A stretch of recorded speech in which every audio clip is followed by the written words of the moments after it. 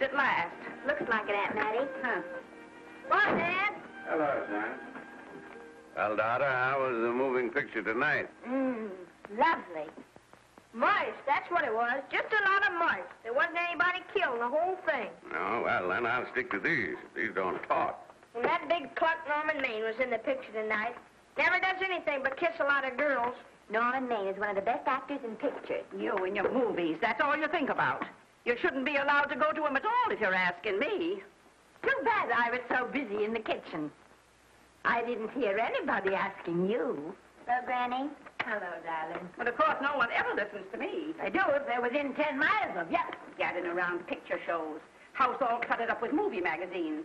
And the other day, I caught her talking to a horse with a Swedish accent. Sis. We're only young once, you know. Ah, Hollywood. You'd better be getting yourself a good husband and stop mooning about Hollywood. You know what she wants to do? She wants to go to Hollywood. I've known it all along. I've seen her making faces in the mirror and talking to herself. That's what comes of your movies. Why, what would you do if you did go to Hollywood? I'd be an actress. I would, I tell you. I've always known I could. Guys, wouldn't it be wonderful to have a movie star in the family? Oh, Miss Blodgett, may I have your autograph?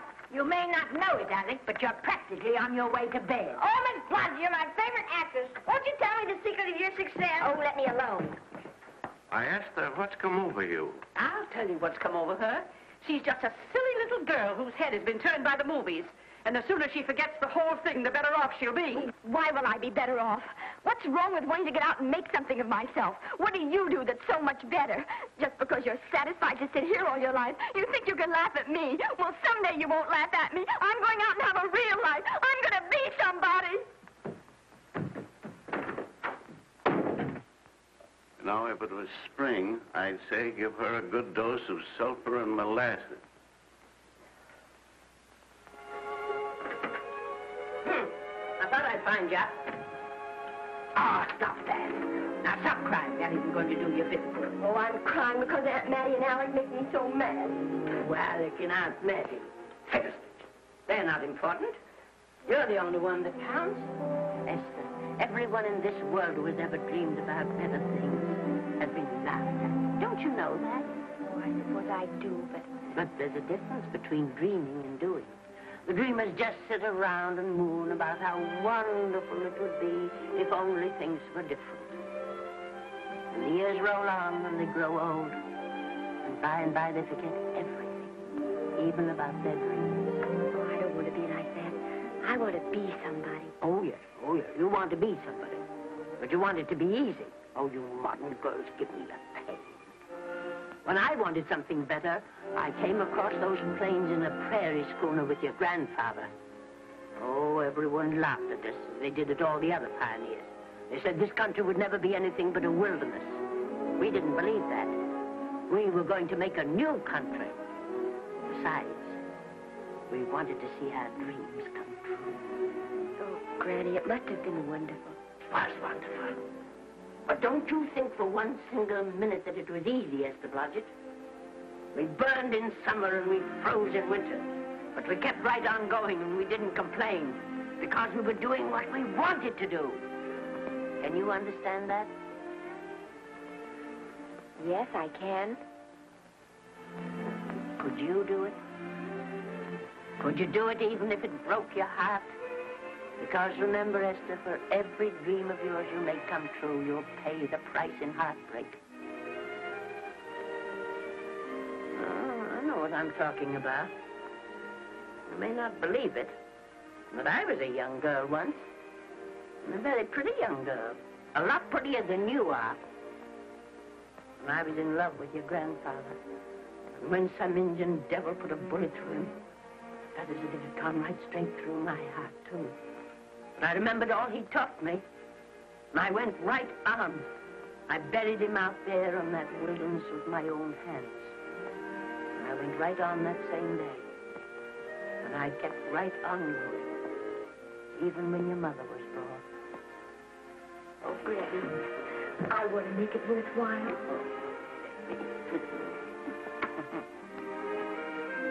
You know, Esther, there'll always be a wilderness to conquer. Maybe Hollywood's your wilderness now. From all I hear, it sounds like it. But if you've got one drop of my blood in your veins, you won't let Mattie or any of her kind break your heart. You'll go right out there and break it yourself. That's your right. Here. Oh, here. Stop that nonsense. Here. Take this and go to your Hollywood. Oh, I can't take your money. Well, why not? It's your savings. Well, I was only saving up for my funeral. Now I don't think I'm ever going to die. Oh, Granny, how can I ever thank you? By giving me your word of honor that you will never tell a living soul where you got that money. I promise. Remember, if you do, I'll have you arrested for robbing me.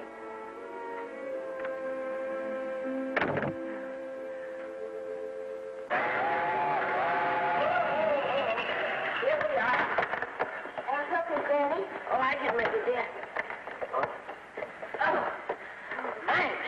Oh, I kissed Dad goodbye. Just a little kiss. He didn't even wake up. I bet you didn't try that on your Aunt Mattie. Oh, Aunt Mattie. Think of her face when you tell her. I am thinking about it. I've waited for that chance for 30 years.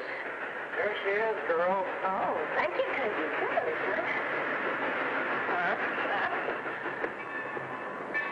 Well, come on. Here's your prairie schooner.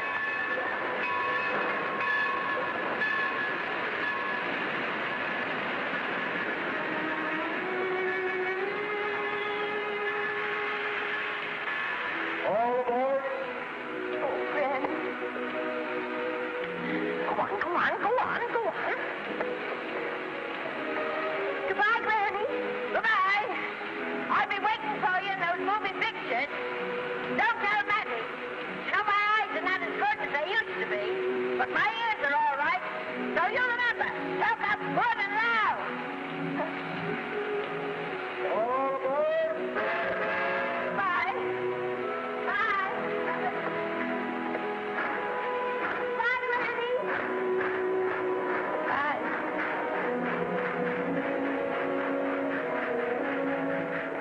You want to go home now?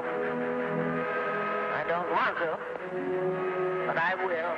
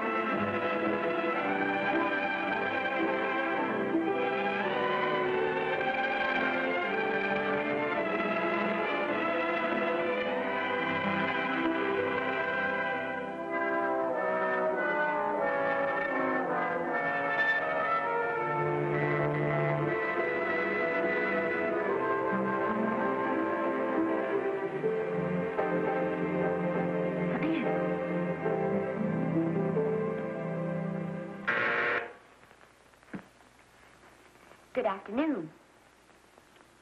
Day, week, or month? Well, it's a little hard to say. You see, I'm going into the movies. Well, you better take it for a week. It'll break your jump to Beverly Hills. Are all the studios really near here? All except Gaumont British.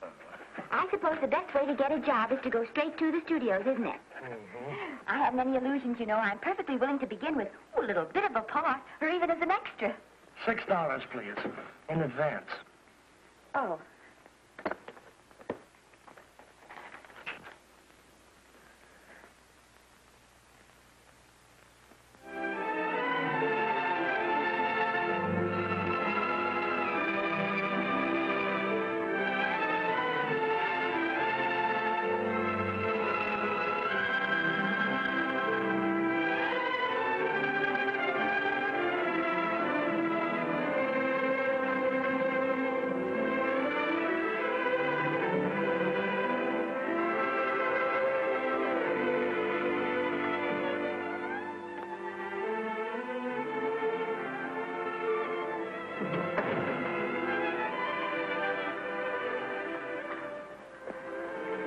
I beg your pardon. I'd like to register for extra work. How long have you been in Hollywood? Well, it's about a month now. We haven't put anyone on our books for over 2 years. Come here. I'd like to show you something.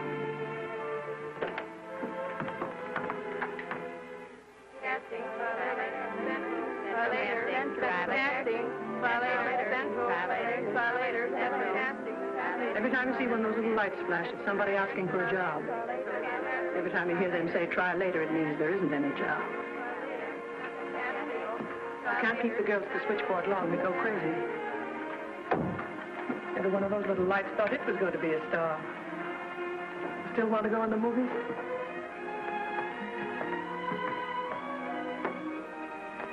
You know what your chances are?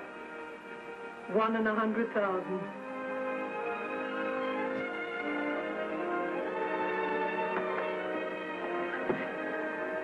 But maybe I'm that one.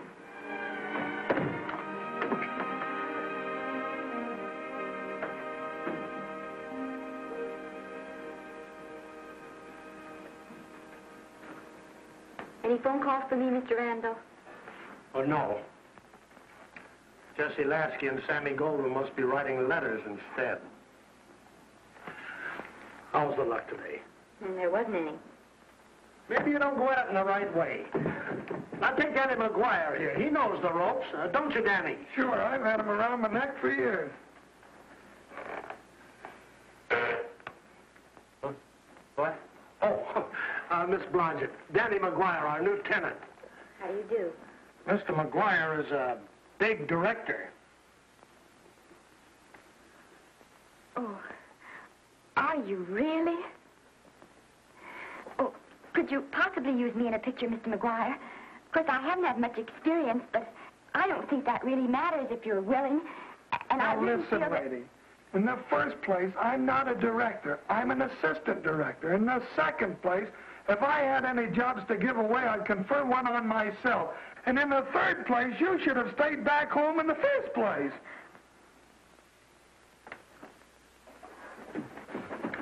Oh, no, look what you've done. Hey, wait a minute. Hey, don't be that way. Don't do that.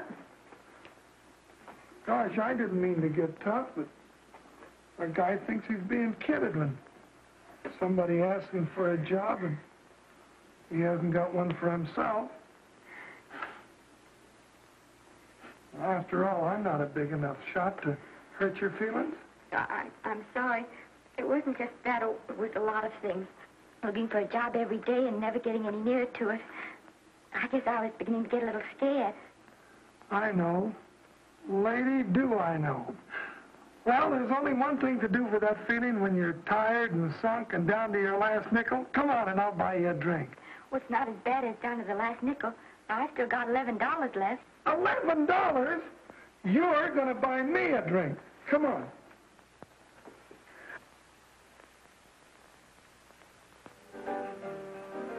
That's right, George. There's nothing like a little rum to take away the milk flavor.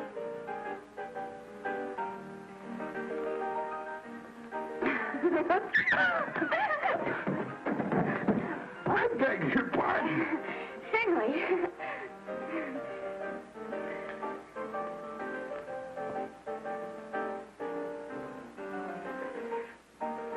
sign my contract, the first thing I'm going to do is see that you direct every picture I'm in. That's my pal. Of course, I'm going to be perfectly nice about it, but I'll just insist. Now, that's the way to talk. Don't let them lick you. Oh, I should say they can't lick me. If they try anything like that, why... I just won't sign. Now, that's right. What have you got to lose? Another one of these and we'll open our own studio.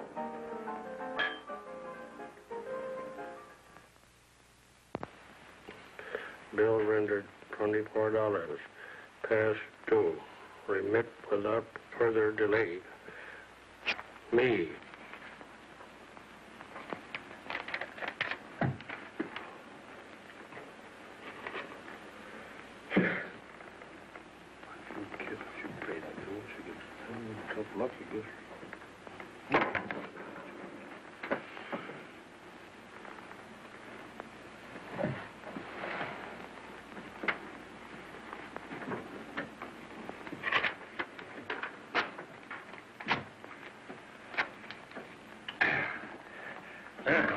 Fifth race.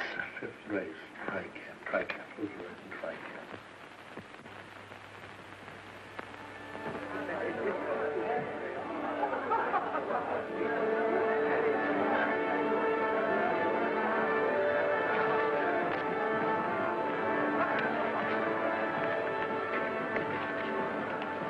Hey, the program's going to be swell tonight.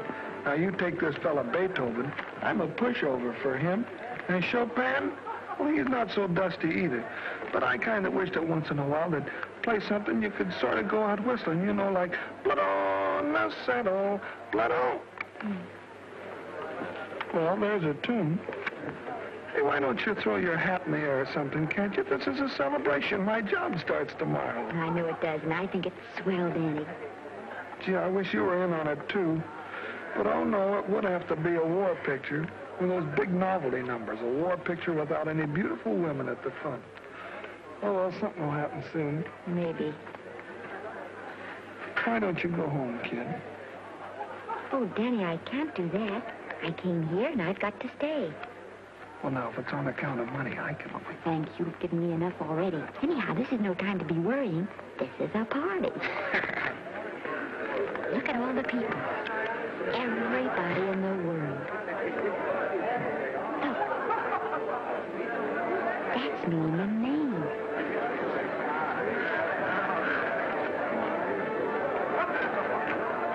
And he seems to have had that one extra cocktail.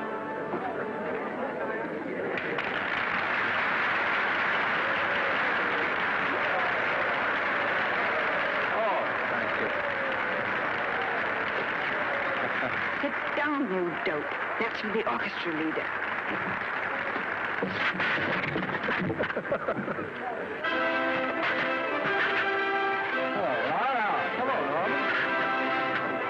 Oh, Mr. Maine, put your arm around Miss Regis. Otto, this is the Hollywood Bowl.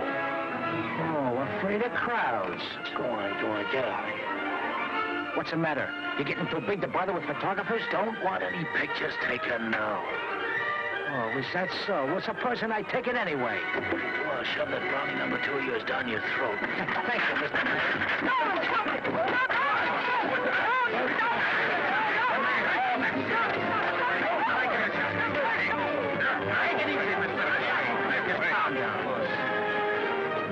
Normie, come back and sit down. Everybody's laughing at you.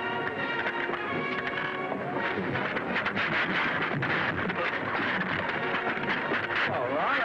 Hi, Norman. Is he always like that? Well, I suppose he has to sleep sometime. Oh, and he's so wonderful on the screen.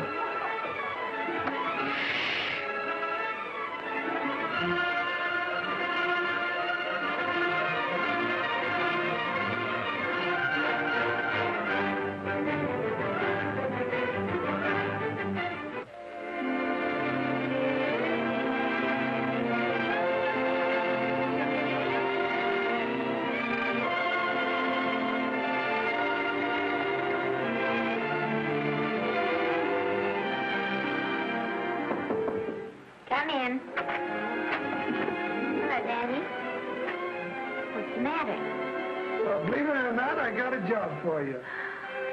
Daddy, that's wonderful. When do I go to the studio? Well, you don't exactly go to the studio. Oh, it's on location. Well, it's not exactly on location. But of course, I haven't any makeup. Will you tell me what to get and sort of help me put it on? Well, you don't exactly need any makeup. You see, it's not really a picture job. It's being a waitress. Oh.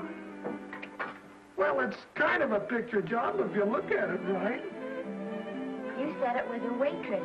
Well, it's waitressing for Casey Burke, the big director over at our studio. He's giving a party tonight to kind of celebrate on account of finishing the picture, and he wanted me to get him an extra waitress, and it's $5. And I thought of you right away, Esther.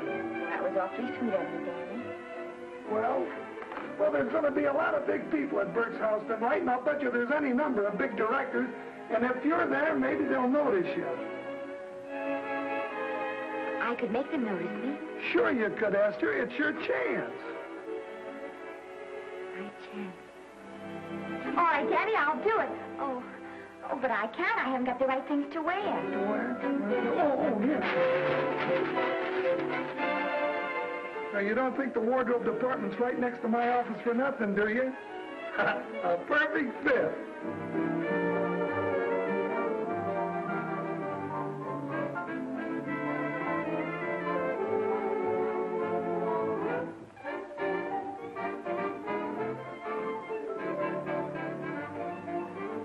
Did you get to the preview last night? I did. Would you like a little hors d'oeuvre? They are very nice. Oh, thanks. Well, what did you think of the picture? You should have saved it for Thanksgiving. What a turkey.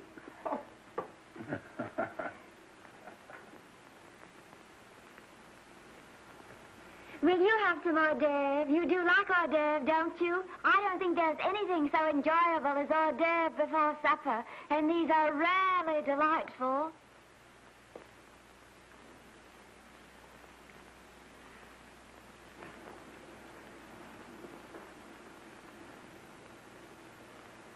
And at the finish, the kid turns around and sings the lullaby to its mother. Pardon the big boys, but would you like a little hors d'oeuvre? They say they're the best in town. Don't tell me. I know. Mae West. That's a great twist. But where are you going to find a 2-month-old baby that can sing? Hello, Oliver. Oh, hello, Casey. You want to fire me now? Wait till you see the picture. I'm not a director anymore. I'm a male nurse. What's the matter with the picture? Guy by the name of Norman Maine. His work is beginning to interfere with his drinking.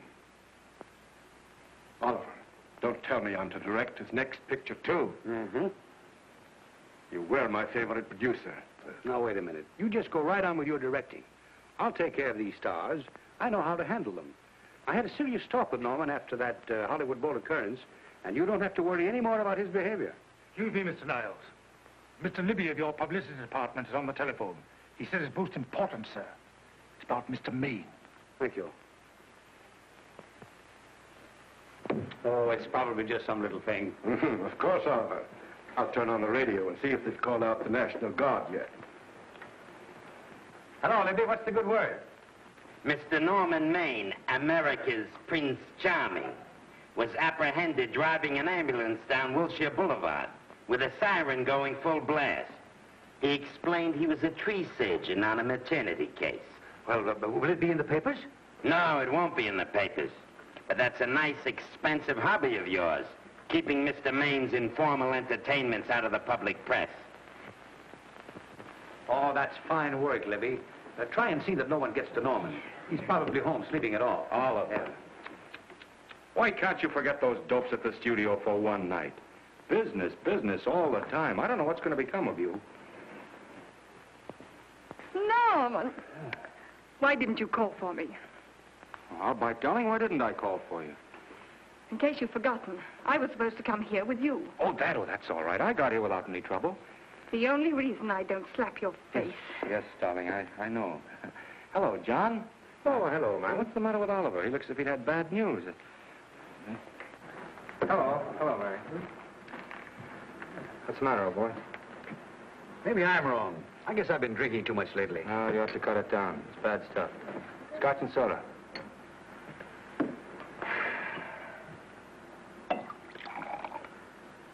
Come on. The word, you know, is pronounced when. Bad dialogue, Oliver. I'd rather not watch this. You know best. Soda. Thank you. Oh. Go ahead and say it. I've got it coming to you. Don't make it tougher on me, Norman. I don't want to stand here and preach, but take a look at my side of it. I'm trying to make pictures with you. I know. Costs are going up, and the grosses are going down. No, it isn't that. I've made lots of money with you, and I can afford to take a loss. But I hate to see you going the way of so many others. Why don't you get Lloyd's to insure you against me? You can't get insurance against a man forgetting who he is. You're a great star, Norman, but there's nobody so big that he can afford to have people refuse to work with him. Who doesn't want to work with me? You... Quiet. Listen, I know plenty of people who do. Yes, and so do I. But your real friends can't stand seeing you start to fall apart. What do you mean by that? The first signs are always the same. Not being able to remember your lines. Cameraman struggling to cover your hangovers. And all because you have to have a good time. Every day and every night. Listen, I've warned you for a long time, Okay, Norman. Oliver, you're a swell guy. You won't lose any money on me. I'll promise you that. I'll be ready for the curtains when the time comes. When it does, here's my epitaph. And now I think I'll, have a little drink. Scotch and soda.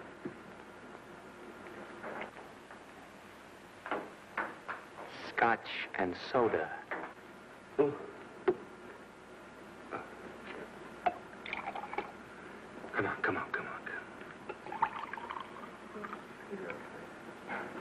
And a little soda? Caviar? No, thank you. Yes, pardon me. Lovely. No, I mean the caviar. Mm-hmm. No, don't go away. I'm starving. Really. Which would you take? I don't know. You know? I don't know either. It's hard to choose. I think I'll take caviar. Mr. Maine doesn't care for any more. Do you know me? No. Well, Normie doesn't care for any more. I think I shall get very drunk indeed.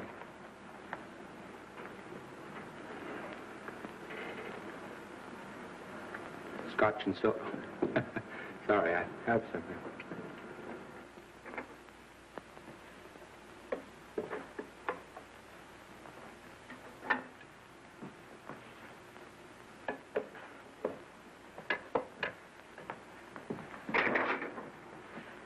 Oh. Mind if I help?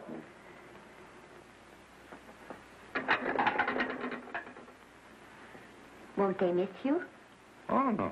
They'll just look under the table, and when they see I'm not there, they'll forget the whole matter. Hey, what's your name? Esther Blodgett. My name's Maine. I know. You do? Ah. What's so funny? I was just thinking about all your fans and how surprised they'd be to see you here helping me put plates away. Oh, they don't know my finer side. You'd be pretty envious of me, meeting you this way in person. Oh, you do. Well, tell me, are you disappointed? Yes. Oh, now you've done it. Oh, never mind that. That makes the room look lived in. Tell me, why are you disappointed? I was sitting behind you at the Hollywood Bowl the night you didn't want to be photographed. Yeah. I'm told I crept into many a heart that night. Oh, I can never explain this. You know, you have very pretty hair. You better get out of here. And a sensitive mouth. And a charming little Precisely why are you here instead of with the rest of the guests? I'm just trying to be helpful. I see. Are you sure there's no other attraction? Well, it might be that my old mania for putting plates away is coming back on me. It's rather odd. I always know where I can find you if there's a pretty girl around. It's not only odd, it's embarrassing. You're being deliberately insulting, Norman. I put up with this long enough. Dear, don't lose your temper. Remember, we must try to keep the voice low. I know you'll excuse us if we go on with our work.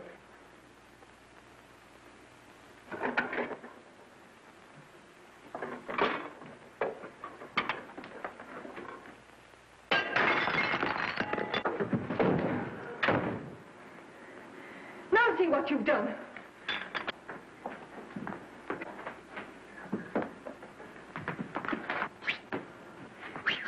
Come here. Help me up. Are you hurt?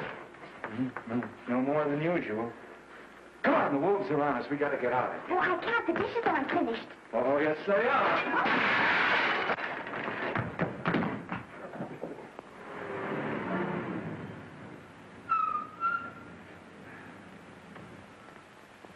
Well, I bet I know what you're going to say now. What? Good night. Good night, and thanks. Hey, wait a minute. Hey, you realize that all I found out about you is that you're foolish enough to want to go into pictures? But why is it foolish? Look at you. Yeah, that's what I mean. No, I'd rather like to go into this matter a little more thoroughly. Oh, that's awfully nice of you.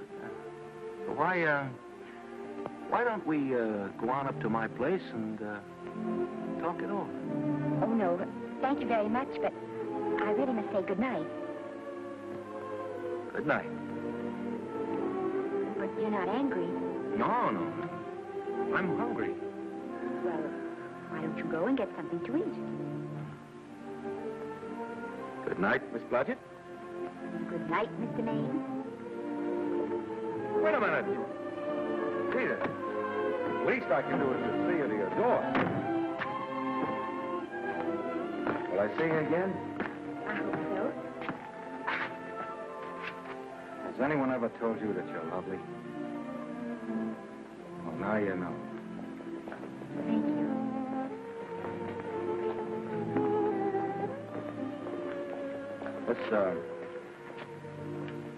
It's hard to say, but I want to say it anyway. You know, I'm a screen. In private life, well, you know. But whatever I do, I still respect lovely things. And you're lovely. You understand? Yes, I think I do. And it isn't that bump on the head that's doing this. Well, I'm glad.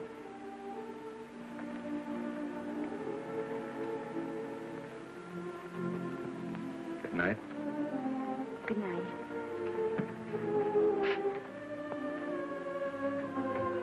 Hey! You mind if I take just one more look?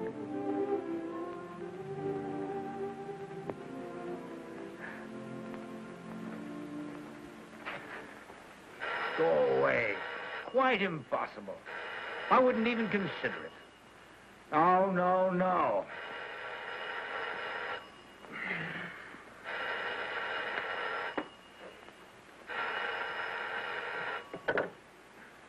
Hello?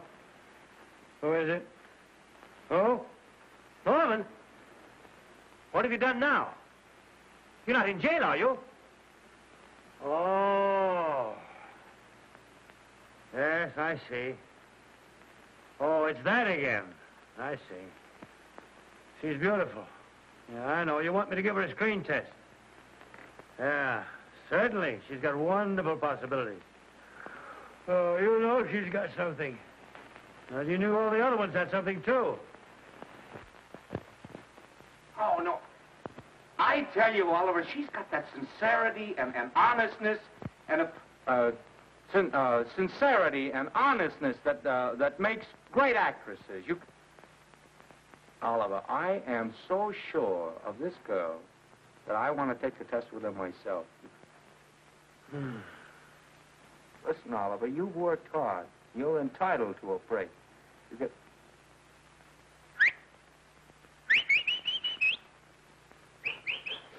Yes, I heard you. Anything. Yes. Yeah. Oliver, look. You try to get a little sleep now, old man. All right. All right, boy. Good night. Now, tell us.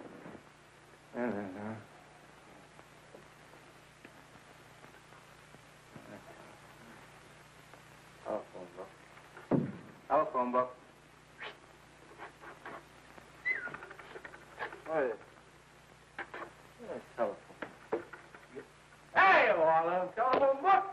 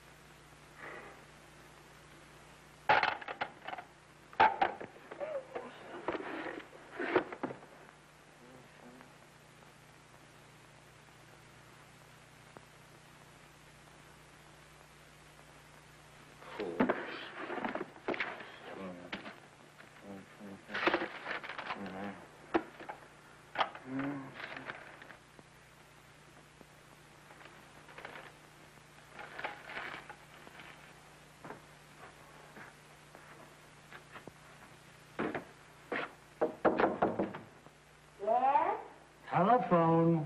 For me? Some drunk trying to be funny says he's Norman Maine. Oh, thanks. I'll be right down. And Miss Blodgett, would you give him a message for me? Tell him it's 3 o'clock in the morning!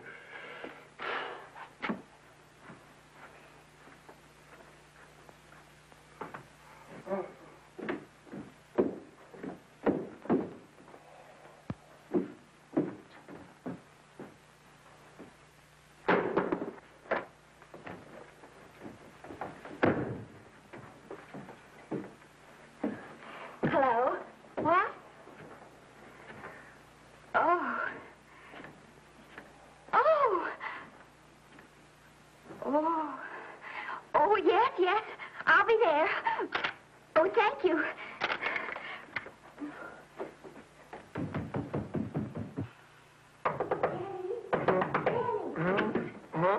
Daddy, what do you think? I'm going to take a test tomorrow, and Norman Main's helping me do it. I'm taking one, too. Garble's assisting me.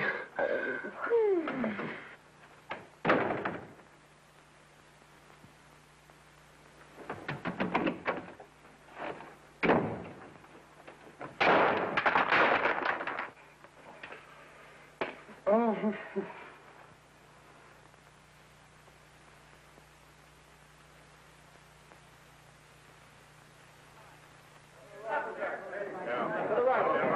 Move that Gobo in. We're still coming at more. No, the Yankee. Is this light too hot for you, Hanley? Okay, but cut down on your back light. Put a double on that 90. Bring it down a little. That's it. Now pull down on that 150. Ready to take him. Get pulled down on that 150. Okay.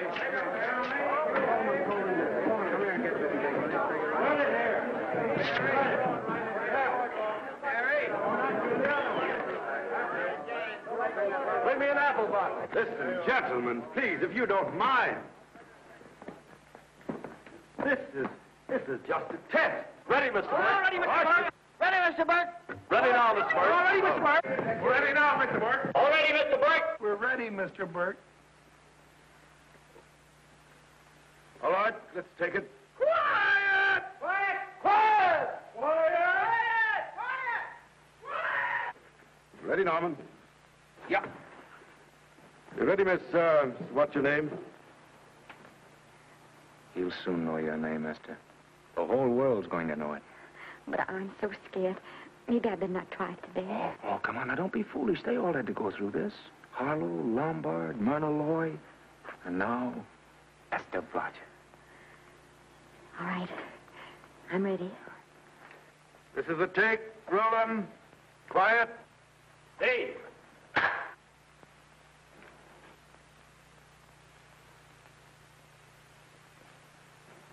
I may as well tell you that my whole organization thinks I've gone a little nuts to sign you. Well, maybe they're right. I've been nuts before. You see, all the experts seem to think that your type is a little mild for present-day taste. But I rather believe that tastes change, like eyebrows. And I think that also, like eyebrows, tastes are going back to the natural. You look like a nice girl. I think I'm going to like you. That's not important. I think the public will like you. That is important. Oh, yes. I see what you mean. I mean, I know it is. Only don't think it's going to be easy. Nothing you really want is ever given away free. You have to pay for it. And usually with your heart. Someone else told me that once. But you still have to work it out for yourself. Oh, well, all this is just a long way of saying I'm glad you're with us and good luck to you. And now I'm going to turn you over to our demon press agent, Libby. Don't let him frighten you. He has a heart of gold, only harder. And for the love of Pete, learn to close your mouth and keep it closed, even in your love scenes.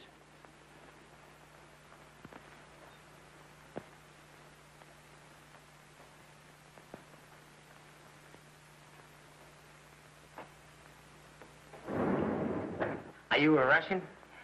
No, I was born in Fillmore, North Dakota. Oh, no. First saw light of day in a mountain cabin, a trapper's hut, high up in the Rockies.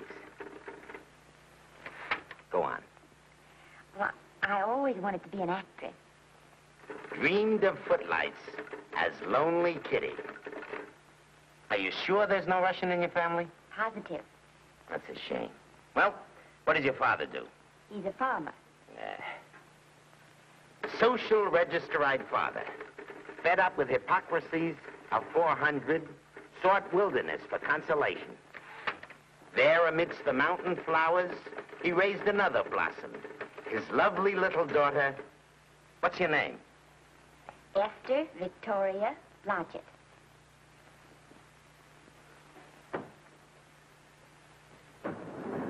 Greatly appreciating your attention in this matter, very truly. Do you know what her name is?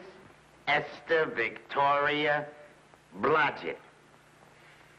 Hey, we'll have to do something about that right away. Esther Victoria Blodgett. Well, that Blodgett's definitely out. Let's see, Esther Victoria. Vicky, how about Vicky? Oh, I think that's terribly cute. Let's see, Vicky. Vicky what? Vicky, pronounced Vicky. See, Esther, Besta, Sesta, Desta, Festa. Oh, that's very pretty. Jester, Hester, Desta, Lester. Vicky Lester. Oh, I like that.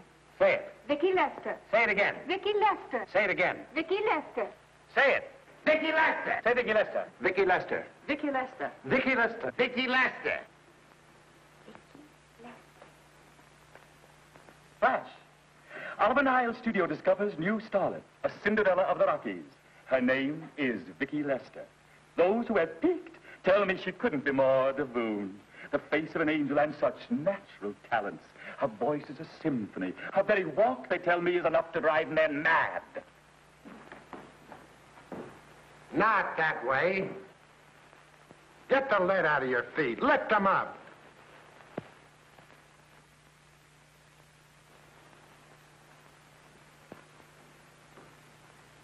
That's better. It's terrible, but it's better.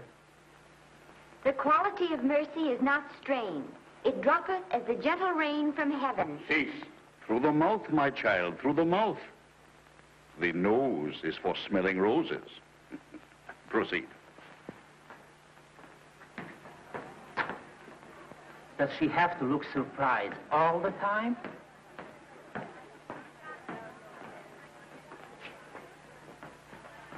Anyway, it's just a rough sketch. Pretty small mouth, eh? Oh, well. Give her that Crawford smear.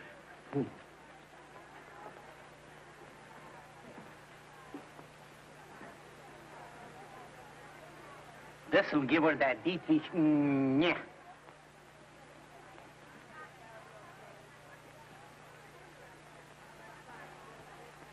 We're on the wrong track. She still looks surprised.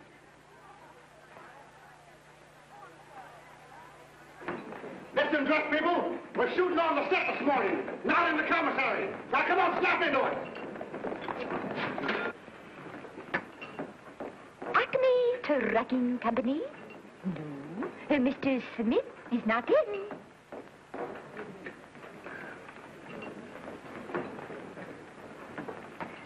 Acme Trucking Company. No. Mr. Smith is not in.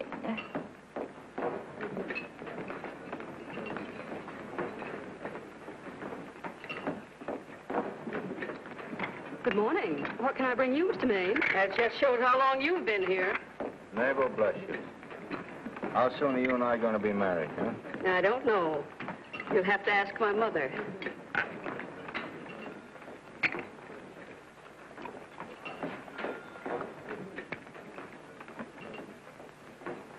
Acme Trucking Company? No, Mr. Smythe is not in. Acme Trucking Company? No, Mr. Smith is not in. Acme? No, Smith ain't in.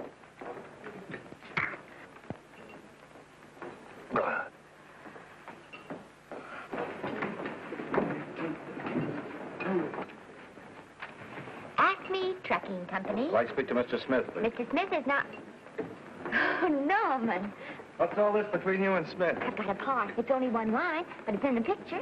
It's ambition that made you break that date with me last night. Well, I had to be here so early this morning, and So did I. I had to stay up all night to make it. you've started your picture, haven't you? No, we're still in the testing stage. You can't seem to get the right girl for the lead. Gee, you think with all the girls there are that... Yeah, no, but this one's got to be different. She's got to be little and cute and sweet and intelligent. It'll blow me down. What? Will close my tired old eyes. Well, what is it? Hold everything. Come on. Come on.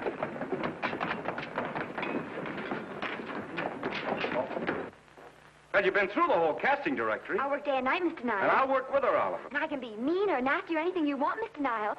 If she clicks, Oliver, you've got a star overnight. Okay.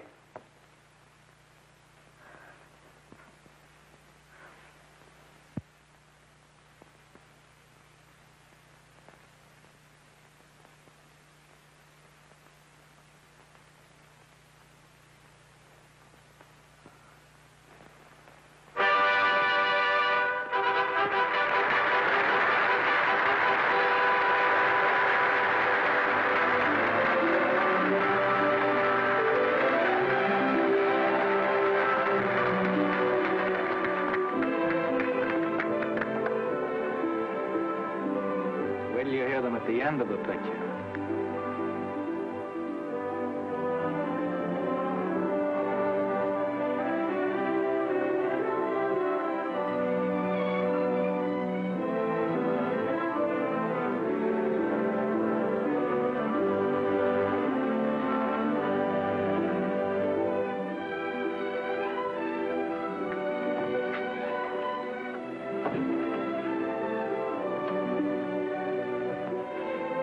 Do you think we were noticed? By no one. They're much too busy playing at croquet. I've loved you all my life. But we only met 2 days ago. That's when my life began.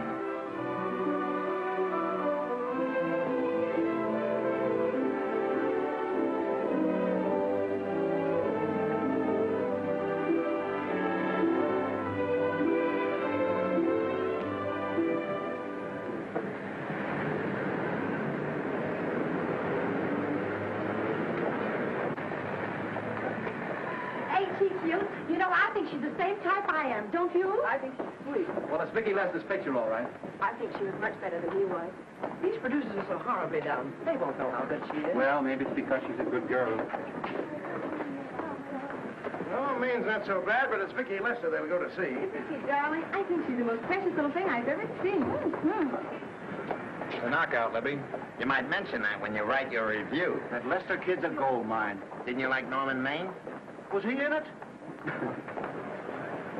Libby, I'm afraid we have another hit. Huh? It's in the bag, neatly tied up with beautiful pink ribbons. Say, where are Norman and Vicki? I don't know. I thought you had them. I wish they'd come. We're having a party at the Trocadero. Isn't it thrilling running away from people? Norman, it's so exciting, So new. A star is born. Come on, run.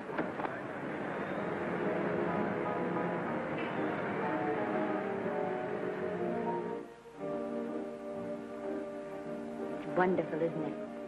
Crazy quilt. Oh. It's a carpet that's spread for you.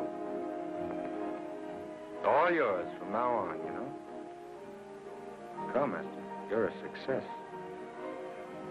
You have everything in the world you want. I hope it'll make you happy. Hasn't it you? Then there was one thing I never had. Lots of times I told myself I'd found it, but I always knew I was lying. Still, I never stopped looking for it. Maybe it'll come. Well, I think it has come, Esther. I only wish it went too late. Oh, but it's not too late. Oh, you can't throw away your life the way I've thrown away mine and have anything left that's good enough. No. You can. Norman, you can. You mustn't tell me that, Esther. I'm so afraid that I'll believe it.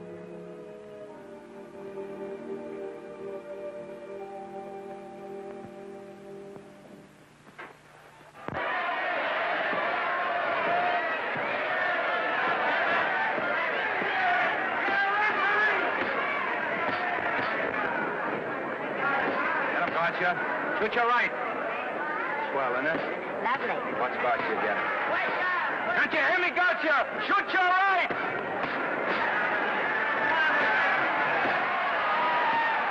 He's down! Gotcha, got him! Gotcha, got him! He did, didn't he? Yeah, but he'll be up, though. You like it? Sure I did. You like me? Sure I did. That reminds me, will you marry me? No, thank you. Come on, Gotcha, finish him. Why won't you marry me? Wasn't that dependable? Hey, shoot your right! Throw away your money? Break him up in there, break him up. Drink so much. Well, suppose I quit drinking. Yes? Come on, Gotcha, shoot the right in there, the right! Suppose I save my money. Yes? There he goes! Let him have it! Suppose I became absolutely dependable on all occasions. Yes?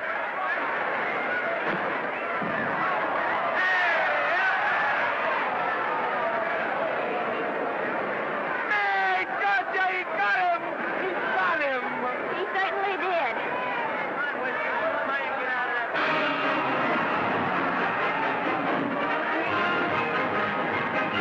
Gee, that's a beautiful fight. Norman, What, dear? would you do all that for me if I said I'd marry you? No, certainly not. I was just supposing. We're going to be married. Guess I didn't read that line right. I'll try it again. We are going to be married. Both of us. Yeah, to each other. What do you think of that? Well, when? Where? Well, we thought we'd elope in the conventional manner. What's the matter? It's trying to decide whether it's good for the studio. Is it? It is. And bless you, my children. When's it going to happen? Oh, we thought we'd just sneak out sometime. We're not telling anyone but you. Listen to this. The screen's ideal romance blossomed into breathtaking reality today when Vicki Lester and Norman Maine, America's dream lovers, slipped quietly through the portals of holy matrimony. How does it sound? Horrible. But you see, we're going to elope. Sure you are. It'll be the biggest elopement this town ever saw.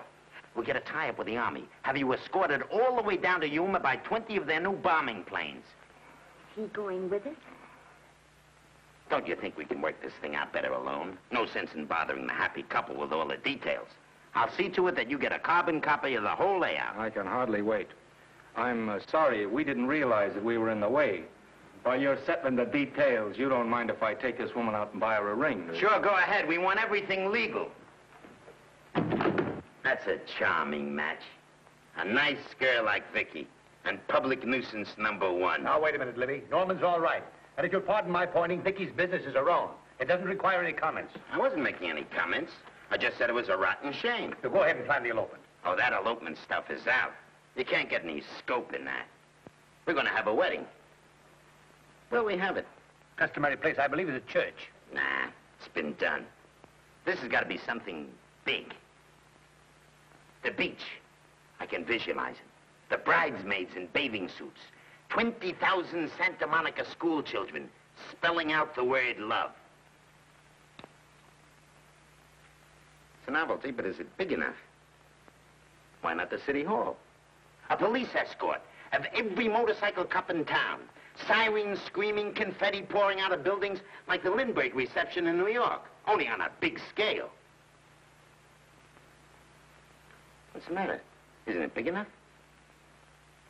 And now if any man can show just cause why these two may not be lawfully joined together, let him now speak or else hereafter forever hold his peace. Do you, Alfred Henkel, take this woman as your lawful wedded wife? Will you love, comfort, honor, and keep her in sickness and health as long as you both shall live? I will. Do you, I beg your pardon. Do you, Esther Blodgett, take this man as your lawful wedded husband? Will you obey, serve, love, honor, and keep him in sickness and health as long as you both shall live? I will. Place the ring on her finger. Hurry, please. Now, by virtues of the power invested in me as Justice of the Peace of San Bardo Township, County of Los Angeles, I pronounce you man and wife.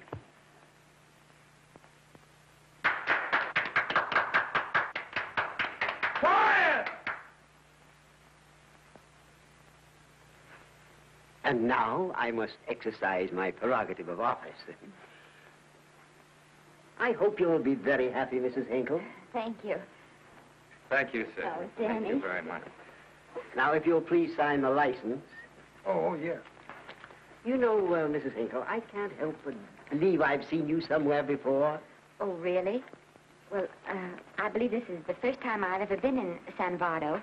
You know, your face is familiar, too, Really? Mr. Hinkle. There you are, sir. Thank you very much. Oh, Here's your thank you, receipt. sir. Thank you. Goodbye. Goodbye. See you again. Yes, goodbye. No, I don't told me now, see. No. Yeah, I think you got by with it. But it was close. That JP was just beginning to remember where he'd seen it. Well, anyway, we got away from Libby. Hello, Toots. If you will be kind enough to glance between my shoulder blades, Mr. and Mrs. Henkel, you will find there a knife buried to the hilt. On the handle are your initials. Lovely to have seen you, Libby. Hold him, wait. Hold him, Danny.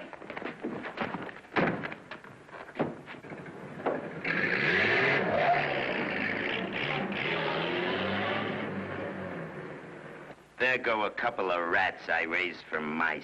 Well, they got a right to get married, haven't they? I haven't got any right to double-cross the public, and I haven't done it yet. Hey!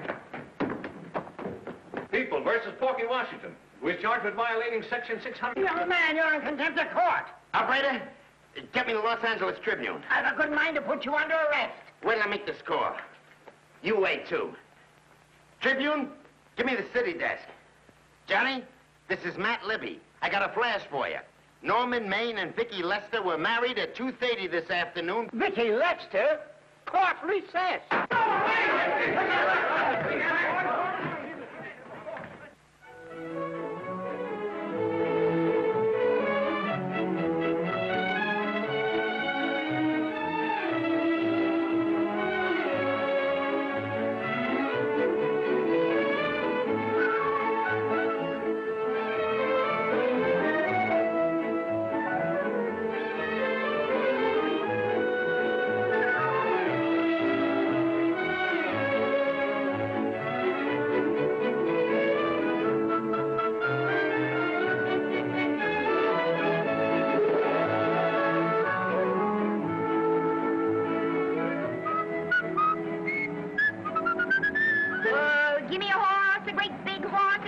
big buckaroo and let me wahoo, wahoo, wahoo!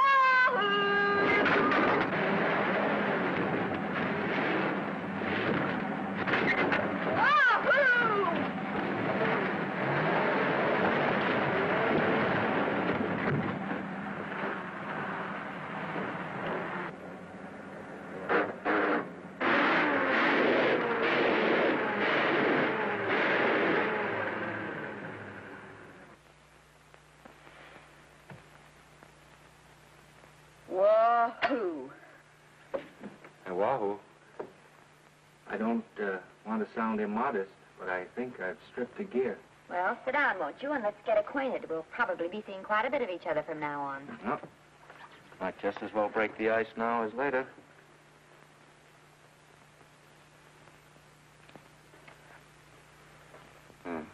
Now we're old friends. Hey, have I got time for a shower before dinner? Plenty, if you can find a shower. I never can remember where that thing is. Does it pull out or slide under? Here, I think I can find it. Nope, it's the linen closet. Here it is. Nice work. Oh, half the time those things are just luck. I'll see if I can disinfect this steak.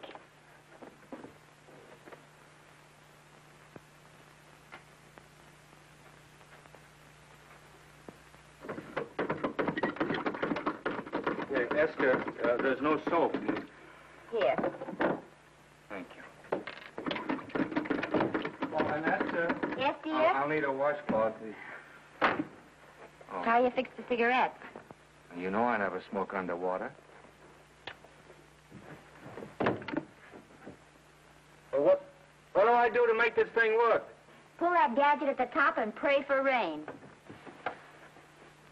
Well, I can't reach it. I can't get my hands up. If you've gone in there with your arms down, you'll never get your bath. Unless you're a contortionist. Yeah, well, I'm not a contortionist, and don't throw that up to me now. You knew it when you married me. Will you close this door, please?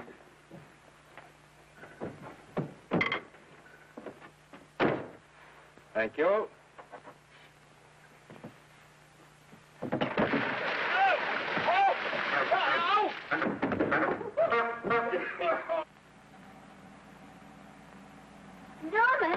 Norman, here comes the car. You got it. Huh? Here, quick. Quick what? Quick, go out and stop them and ask for help. Oh, I'll catch cold. Oh, you'll get warm again. Yeah, don't, dear. They'll recognize me. Now, if you keep your face down, go on. There may not be another car for a week. Well, Howdy, partner. Howdy. Stuck? Yeah, how'd you guess it? Can you get us some help? Well, I reckon not. You know, it's a long way to town. We're pretty busy down at the place. Well, I got to get out of here. I've got my wife with me. Does she like the country? No, and we're short of food. There's a lot of game in them woods. You know, well, my wife can't shoot. Well, you're sure up against it. Sorry I can't do anything for you. Well, wait, listen, I'll be frank with you. I'm Norman Maine. Who? Norman Maine. Well, my name's Judd Baker. Glad to have met you. Well, so long. Hey, wait a minute. Listen, you don't... So you're Norman Maine.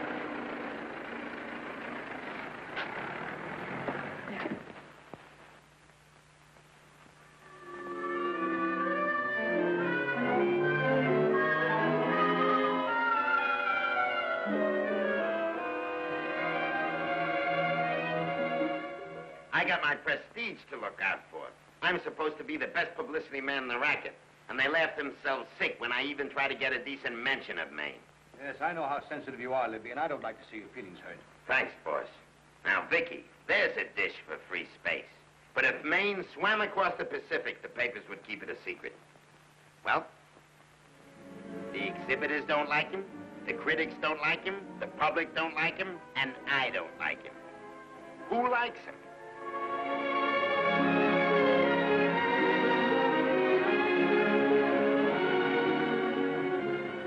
Oh, but darling, this is almost too much of a surprise. And there I was in my touching innocence, thinking we were going to live at the beach house. Oh, we'll still keep the place at Malibu. But this is special. This is our castle. It used to be in the air, you know? Well, we'll never use any ugly words like contracts and pictures and careers. When we come in those gates, we'll check the studio outside. Come on, I got another little surprise for you.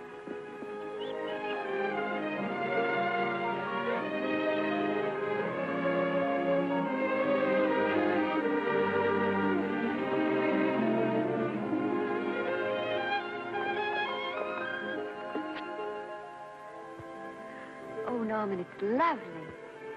So are you lovely. The whole world's lovely. Hey, hold it!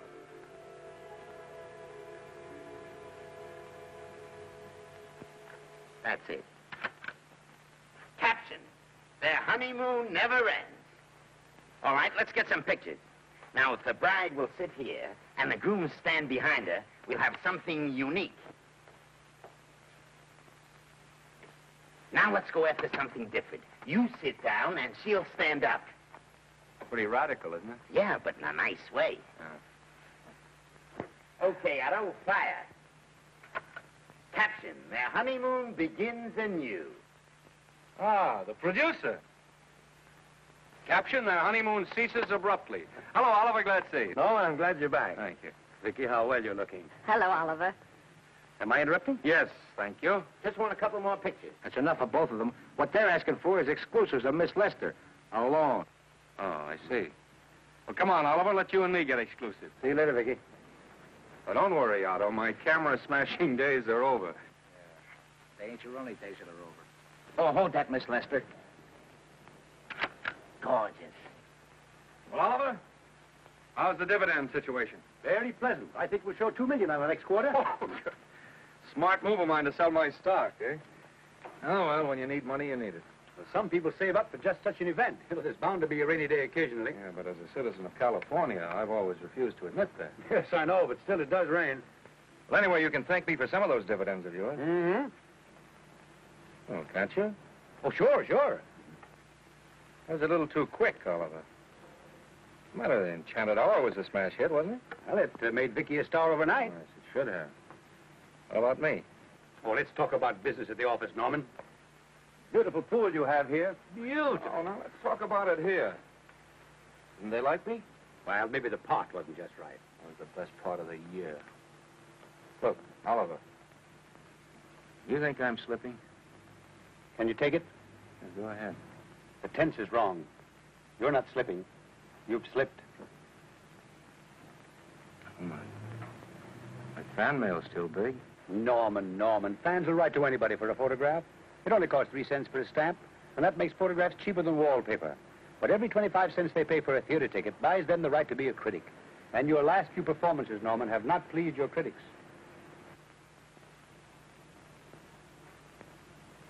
You remember I told you I'd be ready for the curtains when the time came? Here it is. Let's call off the contract, no hard feelings. We're not quitting, either of us. There's no explaining these things. We've all seen how the public turns. Maybe we can turn them back. I've got a swell script lined up for you. About Esther. You think that I'm going to get in her way? Well, as a matter of fact, as it happens, there's no part in this story for her. I'd more or less planned to star her in a picture of her own, with that young Pemberton opposite her. He's coming along nicely. Good for young Pemberton. All right, Oliver. We'll make a try at it. Let's hope it's not too late.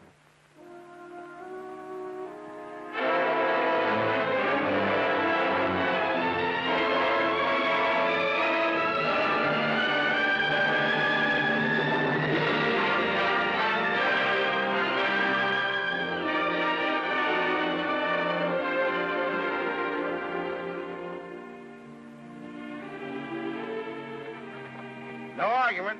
I'll buy those. Huh. The screen's most finished actor. I'll say he's finished. He keeps them away in droves.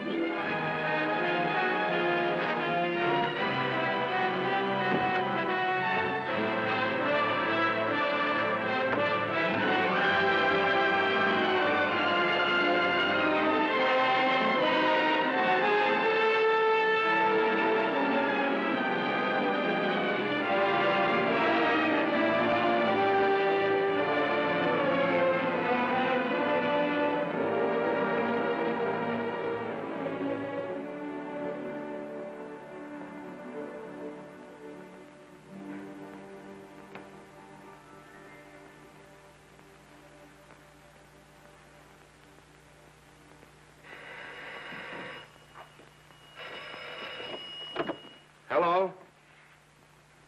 No. Oh, Miss Lester isn't home as yet. No, I'm not the butler. But I can take a message just as well as he can, honest. Oh, is that you, Norman? Swell. Listen, Norman, this is Artie Carver. Hiya, kid. Swell. Say, I hear you're through with Oliver Niles. Is that on the level? Please, Artie, I'm not news anymore. Forget it. Say, what kind of a settlement did you make on your contract? Give me a figure so I can do a story on it. There was no money involved. We just called it quits. Okay, I'll fill in my own figure. Say, by the way, I've been trying to get an interview with Vicky for 2 weeks, but she's always busy. How about you giving an old pal a break by speaking to her for me? Sure, I'll ask her. Swell. So long.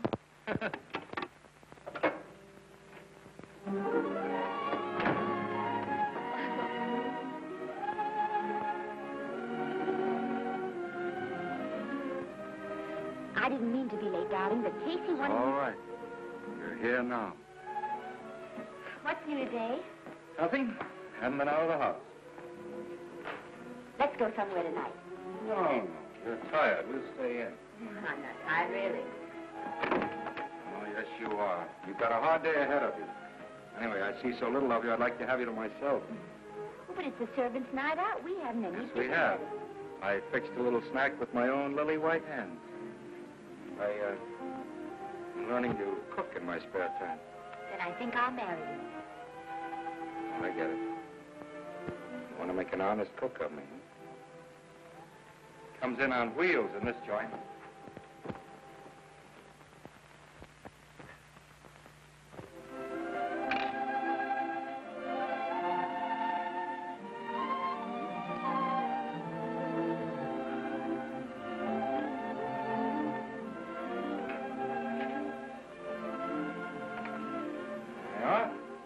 How's it look?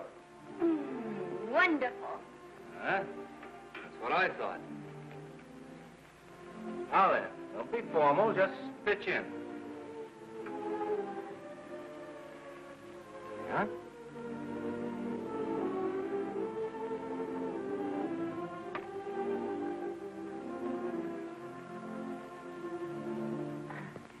I'm afraid my mouth's not quite big enough.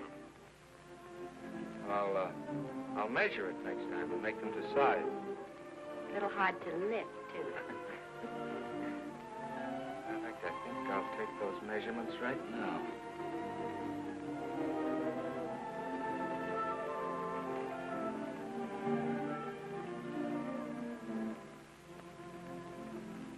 That's what I wait for. All day.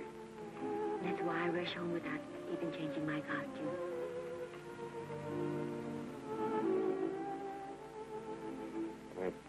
We're forgetting that we're hungry. Would you like a sandwich? Thank you. I still have a little work on this one.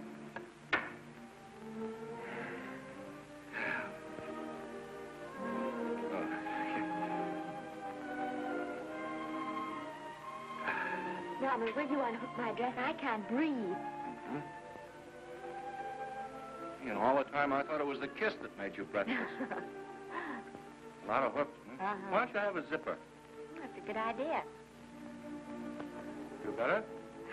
Yes.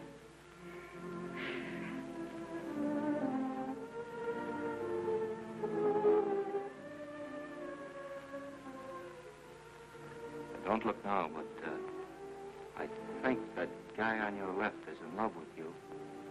I hope so.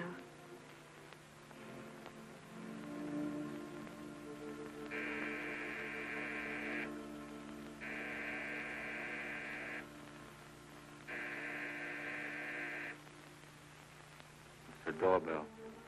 Is it? Maybe they'll go away. Oh, I never do at a time like this. Come here. Just a minute, dear. I'll be right back.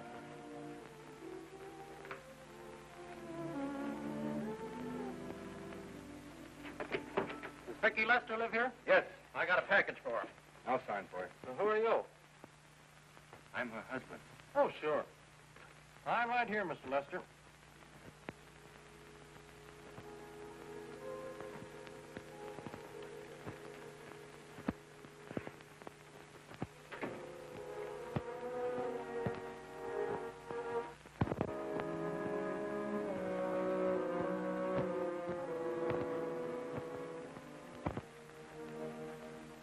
package for you. Oh, by the way, I forgot to tell you, they want you for a benefit at the Shrine Auditorium next Wednesday night. I told them I'd ask you. And, Oh, darling, I don't want to hear about that now. Well, you better wait till I finish before I forget them all. The Academy dinner secretary phoned. She wants to know if you want a table reserved for you. Oh, yes, Artie Carver called and asked if I'd use my influence with you to get him an interview. I told him I'd try. That was all, I think. Oh, Norman, let's don't talk about those things now. We're forgetting the wonderful food you prepared. Well, I'm not very hungry now. I think I'll fix me a little drink. But Norman.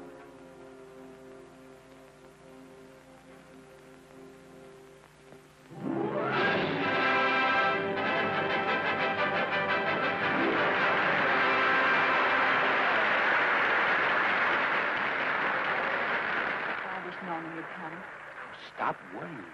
And think how nice that statuette is going to look on your mantelpiece. Do you suppose anything's happened to him? But of course not. He's just been held up in traffic. You think about that statuette.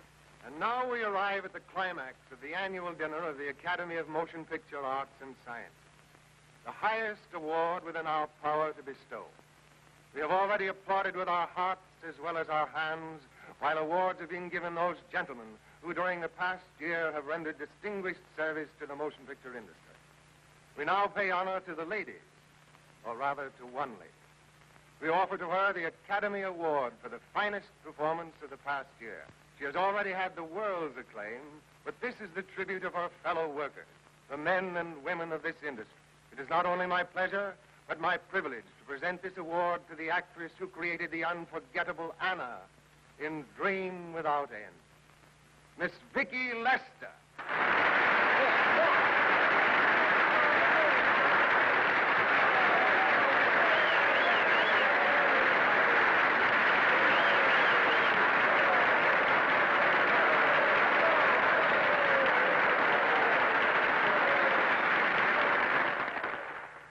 What more can we say, Miss Lester? This says it all for us.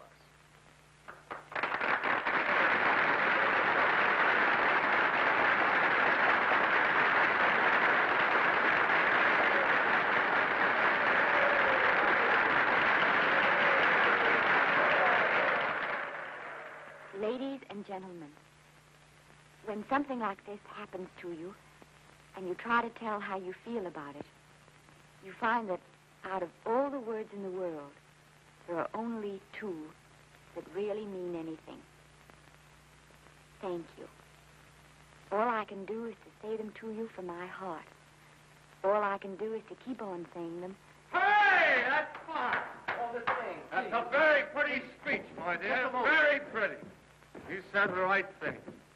I want to be the very first one to congratulate you on that valuable little piece of bric-a-brac. Now I want to make a speech. Gentlemen of the Academy and fellow suckers, I got one of those once for a best performance. They don't mean a thing. People get them every year. What I want's a special award, something nobody else can get. I want a statue for the worst performance of the year. In fact, I want 3 statues for the 3 worst performances of the year, because I've earned them. And every single one of you that saw those last masterpieces of mine knows that I've earned them. Libby, start the music. What I'm here to find out is, do I get them or do I get them? Now answer yes or no.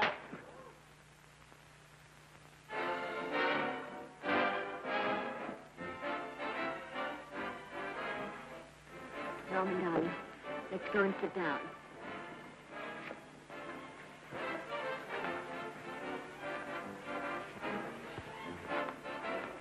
Come on, Norman, sit to that. That's for you, Norman.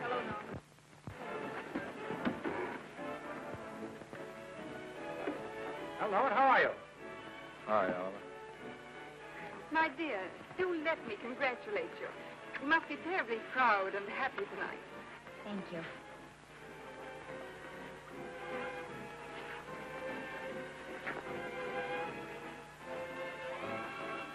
give me a drink.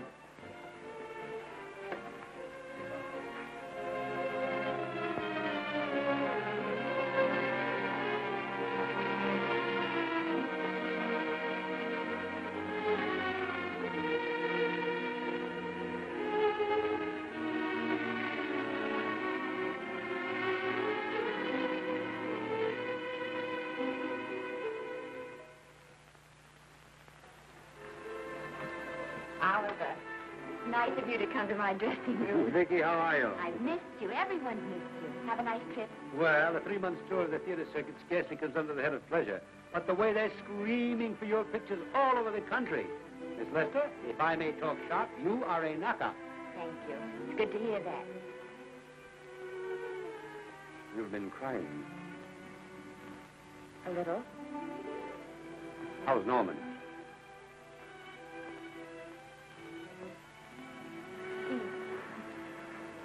Well, he's trying awfully hard, Oliver. Letting Norman leave this studio was the hardest thing I ever did. There was nothing else I could do. I know. Has he been... Is he all right? He's gone to a sanitarium. He really wants to stop drinking. And I think he could only... Well, perhaps if he could start working again, there would be some encouragement. Oliver, could you do that? Oh, thank you. But he mustn't ever know I told you. He won't know, and you mustn't worry. I want you to keep up your good work in this picture. I'll try, Oliver. That's the one thing I can do for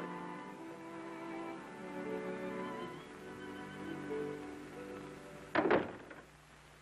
If you'll just sit here, Mr. Niles, I'll have Mr. Maine brought down. Thank you.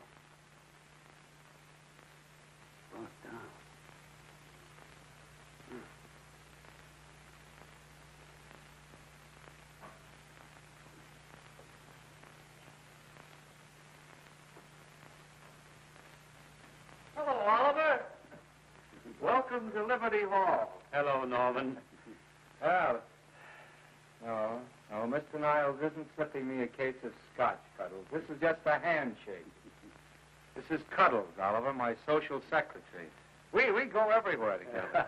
How are you feeling, Norman? Fine. Getting along remarkably well, Cuddles tells me. He says you ought to see some of the boys. Let's sit down. Yeah. Cuddles, we really don't need you.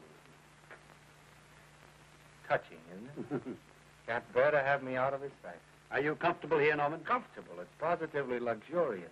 They even have iron bars in the windows to keep out the draft. How much longer are you going to be here? Oh, well, I'm really cured now. I'm just staying on for an extra week or two to get in good shape, you know. After all, there's no particular hurry to return to the cameras. That's what I wanted to talk to you about. I've got a script with a fine part for you in it. Yeah, Oliver, that's great. That's great. Who plays opposite me? Well, it is not exactly the lead. Young Pemberton's doing that. But I tell you frankly, I consider your part better than the lead. Oh, I see. It's better than the lead. Well, of course, it isn't terribly long. But it's one of those parts that makes an impression on you. They'll be thinking about you all through the picture. Mm-hmm. Well, the thing is, Oliver, I'm pretty well set at another studio.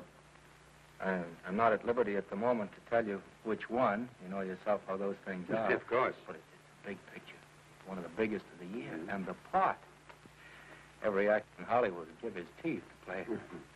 Well, that's fine, Norman. Naturally, that will tie you up for a while. But we won't get to this picture for some time. And perhaps, if you want to consider it for later on, well, I'll tell you, Oliver, you'd better not count on it. See, I've got several pictures lined up after this one, and they're talking to me about England. You know, they're doing some very interesting things over there, you know. Mm-hmm. Hey. What is it, Cuddles? Speak right out. We all love you. For dinner. Oh, here we dine at 5:30 here. It makes the nights longer. Well, goodbye, Norman. I'm glad to see you getting along so well. Be out in no time. I'll have to introduce myself all over to a lot of people. They won't know me when I'm not drinking. Goodbye. Goodbye, Norman. Thanks for dropping in. Well, Cuddles? Alone at last, eh?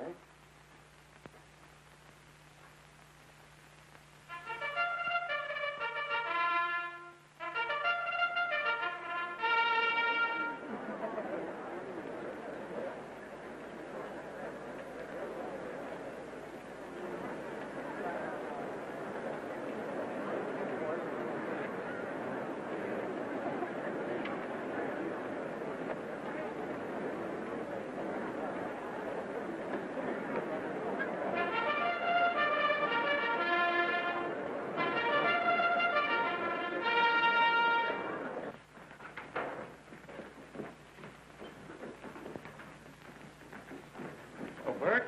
Sam? How are you, Marion? Oh, hello. Hello. Hello, Normie. Glad to see you. How I hate to run into these has-beens.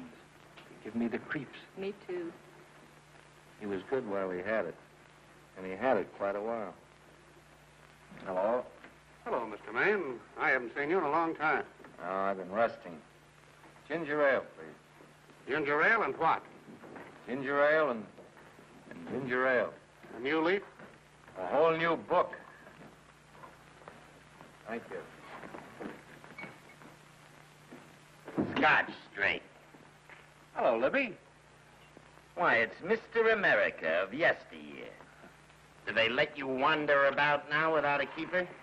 Oh, sure. I'm a trustee now. Didn't expect to find you at Santa Anita. What do they do with the actors while you're away? Oh, they cut them into slices and fry them with eggs.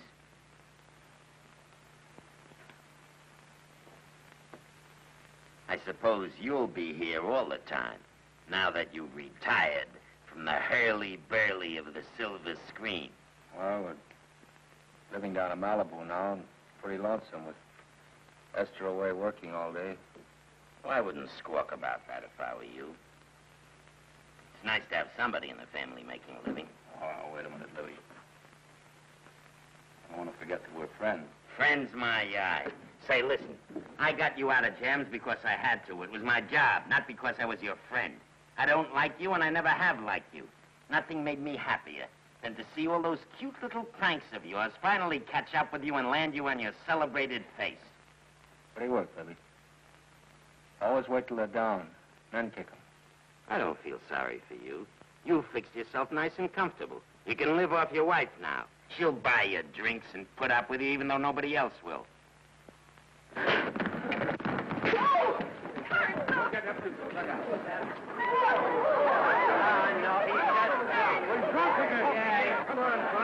a minute. Come on outside for you, wife. I'm Norman Maine. Oh, that's not my fault. Oh, don't bother to toss him out.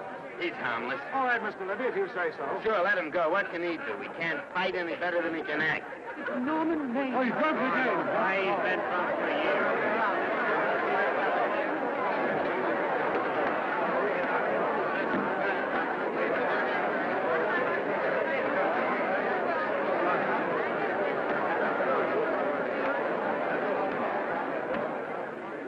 Give me a scotch. Double. Leave the bottle here.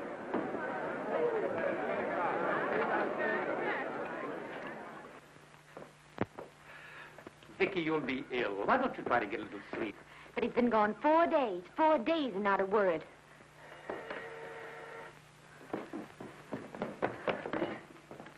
Oliver, I can't. I just can't. Hello? No, this is Oliver Niles speaking. What? Where? Thank you. What is it? Nothing. Oliver, tell me. He's in the night court. He's been arrested on a drunk charge. Now, he's all right. He isn't hurt. I'm going right down and get him out. I'm going with you. Vicky, it isn't any place for you, and if it gets in the papers, What there'll do be... I care about the papers? I'm going with you.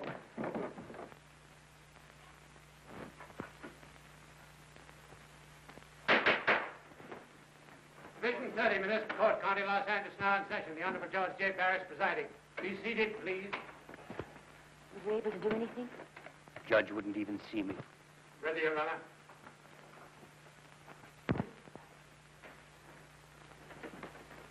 I want to advise you that you're entitled to be represented by counsel, to be confronted by the witnesses that may testify against you, to compel witnesses to attend on your behalf to a public and speedy trial by the court or by a jury, and the right to be admitted to bail. Call the first five. Gregory, Hale, Haynes, Rodriguez, Johnson. Come on, boys, get over here. Go ahead. Move along. William Gregory. Rain drunk, picked up at 5th in town. Asleep in the gutter. 14 similar offenses in the past 6 months. Still at it, Gregory. How do you plead? I don't feel so good. I didn't ask you how you feel. I asked you how you plead. Guilty, I guess. When did you get out the last time? Just before Christmas. Well, I'm sorry you'll have to miss New Year's. You'll be out in time for Washington's birthday in 60 days.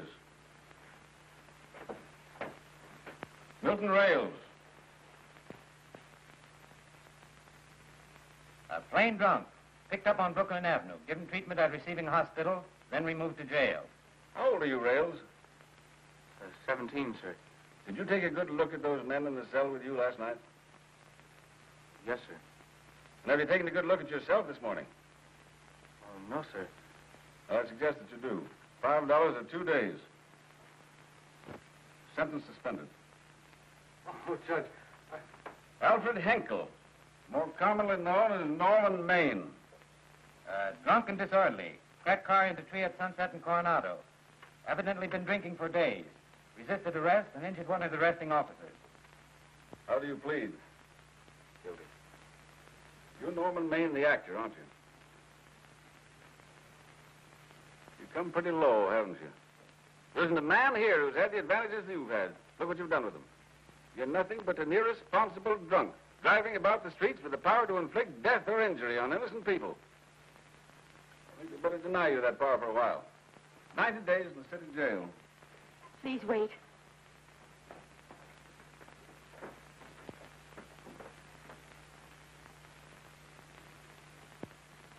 I'm his wife. Yes, I recognize you, Miss Lester. Please, Judge. I promise you this won't happen again. I'll be responsible for him.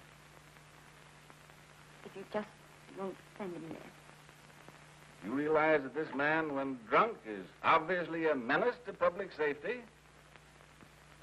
And you realize, too, Miss Lester, the responsibility you'll be assuming to this court and to the Commonwealth. I do. Sentence suspended. Prisoner remanded to custody wife. Thank you. You can get in at the jail entrance, madam. Jose Rodriguez. Plain drunk. Picked up at 1st and Main. Second offense. How do you plead? I think I'm guilty, Your Honor. 60 days.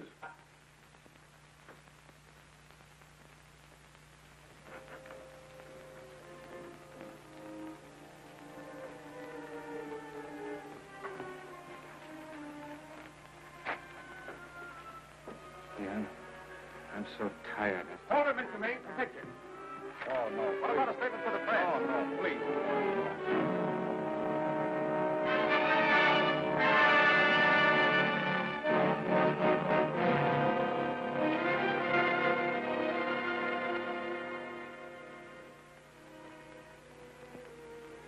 He's asleep. Been asleep nearly all day. It's the best thing for him. Awful to see this happen to someone you love. And know in your heart that it can't get any better. I only know that all I can do now is stay with him and try to help him. So will I. And between us, we'll take care of him. You're very fond of him, aren't you, Oliver? I'm very fond of both. Then I know you'll understand what I have to tell you. And after what happened last night, I think you already know what it is. I can't do any more pictures. I'm going away for good with Norman. You can't do that, Vicky. You're the very thing of your success. And you've worked so hard to achieve it. That's what's been ruining me. And I've thought it all out.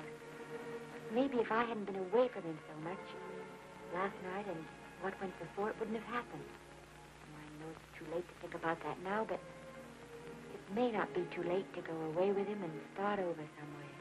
It's your life you're giving up, Vicky. so I can try to give Norman back his. Can you honestly tell me I'm wrong to do it? No, Vicky. I can't honestly tell you that. Then there'll be no more Vicky Lester.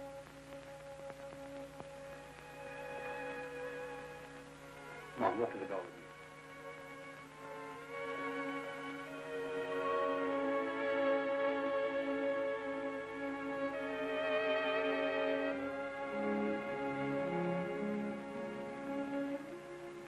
Goodbye, Vicky Lester. You were a grand girl. Good luck, Mrs. Norman Maine.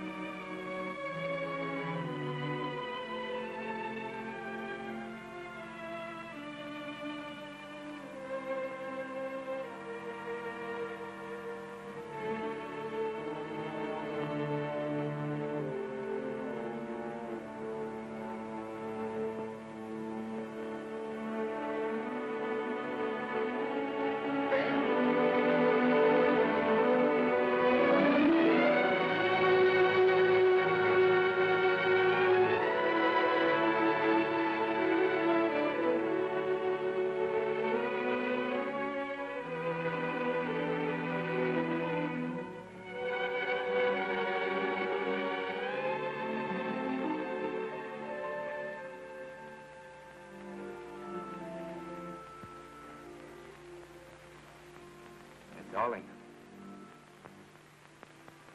this is Maine coming in to apologize again. Oh, I'm sorry, dear, but it isn't you. What other troubles have you got? None. I was just playing a scene with myself. Now, look. I'm just coming out of the jitters, and you're just going into them. This is a swell household. Isn't it? I'll tell you what we'll do. I'll promise to brace up if you'll go on the wagon. I guess I have been drinking too much. You know what I'm going to do? I'm going to be an athlete. You mean with great big muscles and everything? Well, roughly speaking. Going to join the YMCA? It costs too much. I'm going wading out in our front yard. No. Sure. Would you like me to go with you? Sure, if you'd like to. No, Miss, I don't think I will. It might spoil this beautiful, natural wave. Yeah, I guess that's right. But, darling, look, could you have a hot toddy, and some hot soup for me when I come back? Some hot soup? And I'll make some of those nice sandwiches. No, Miss, do you have to?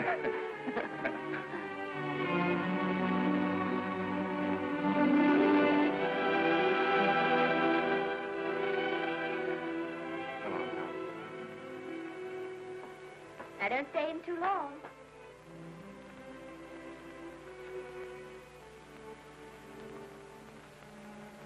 Hey!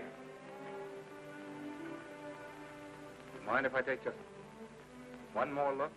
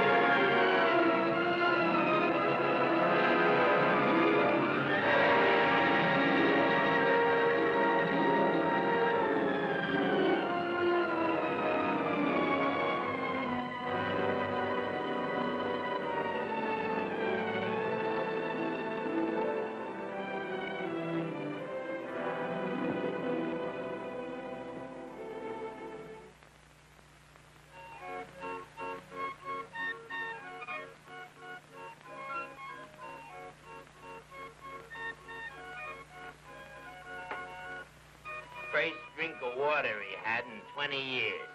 And then he had to get it by accident. Pardon. How do you wire congratulations to the Pacific Ocean?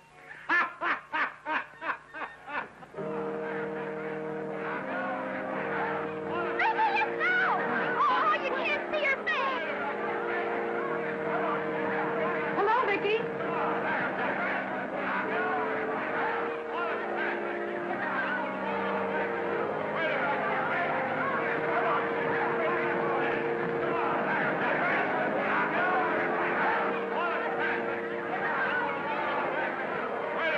Can't you? Come on, Vicky, let's see your face. Vicky, will you sign my book for me? Write Mrs. Norman May. Don't you care, Vicky? You get over it. Stand back, can't you? Don't you cry, dearie. He wasn't so much.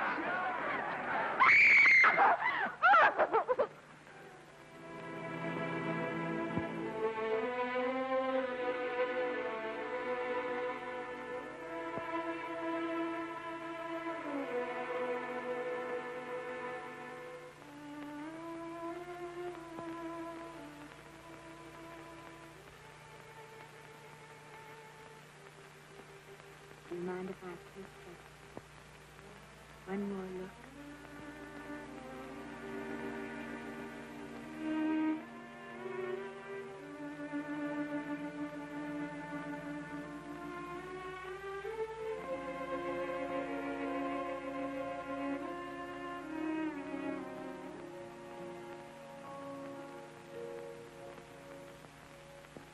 Here are the paychecks for the servants, Graves. You'll find a very nice bonus in each one. Miss Lester asked me to thank you for your kindness and service. If there's anything I can do for the little lady, I should be glad to do it. She would appreciate your attending to the closing of the Beverly Hills house. Put down those trunks. Put it down, I say. Well, where is she? In the bedroom. Who are you?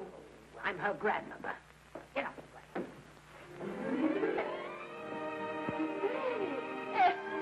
Granny, darling. Oh, I'm so glad to see you. What made you come? Oh, I know when I'm needed. Now get out of here. Go on, get out of here, all of you. I want to talk to my granddaughter alone.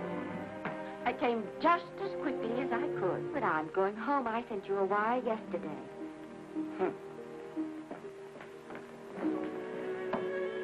Sit down. Is it true that you're going to quit the movies? I never want to hear them again. What are you running away from, Elizabeth? I'm not running away. It's just that I can't go on. My heart isn't in it anymore. Once I told you if you get what you want, you have to give your heart in exchange. And you said you were willing. Do you remember? I remember. It seems to me that you got more than you bargained for. More fame, more success, even more personal happiness. Maybe more unhappiness. But you did make a bargain. And now you're whining over it. I don't think I'd feel so very proud of myself if I were you, Esther. I'm not, Granny. My mind's made up. Well, then I'm sorry I gave you the money to come out here. You just wasted. Oh, but Granny... I was proud of you, Esther. I was proud to be the grandmother of Vicky Lester. It gave me something to live for. Now, I've ended. I know. Oh, I want to be strong, but I can't go on. You must. Tragedy is a test of courage. If you can meet it bravely, it will leave you bigger than it found you. If not, then you'll have to live all your life as a coward. Because no matter where you may run, you can never run away from yourself. I never knew Norman Maine. He wrote me a very sweet letter when you were married. He said you told him how much I meant to you. And I know just how much you must have meant to him. You know, Esther, I can't believe that wherever he is, he can be very happy, knowing that his death broke the spirit of the little girl he praised me so highly for raising. And I can't believe that he can be very proud, knowing that all his great love did for you was to make you a quitter. The car is ready, Miss Lester. We'll have to go now to make the train.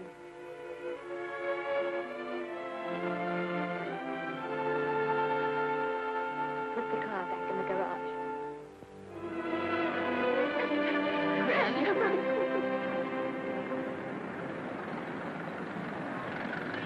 The entire picture industry has come to the Chinese Theater for this opening tonight.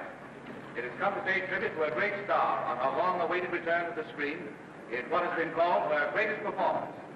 It has come to pay tribute to the girl herself. The girl who has won the heart of Hollywood.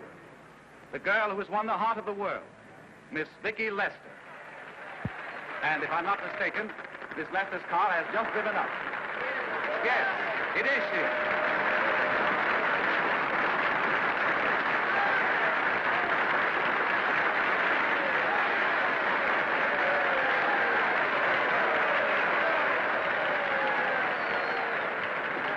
I hope this doesn't scare you too much. I scare very slowly, young man. 6 mile, folks, please.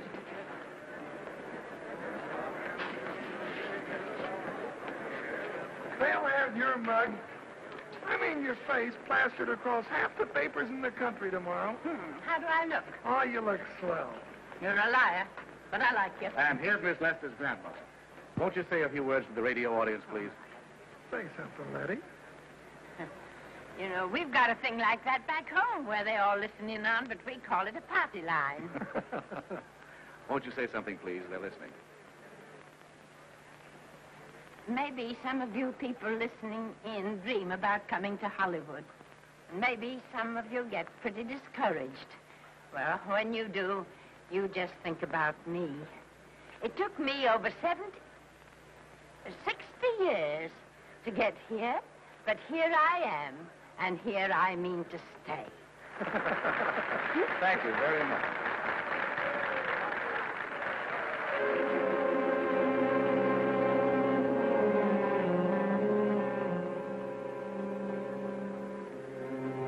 Miss Lester. This microphone is on an international hookup. Throughout the world, your fans are hoping that you'll say a few words to them.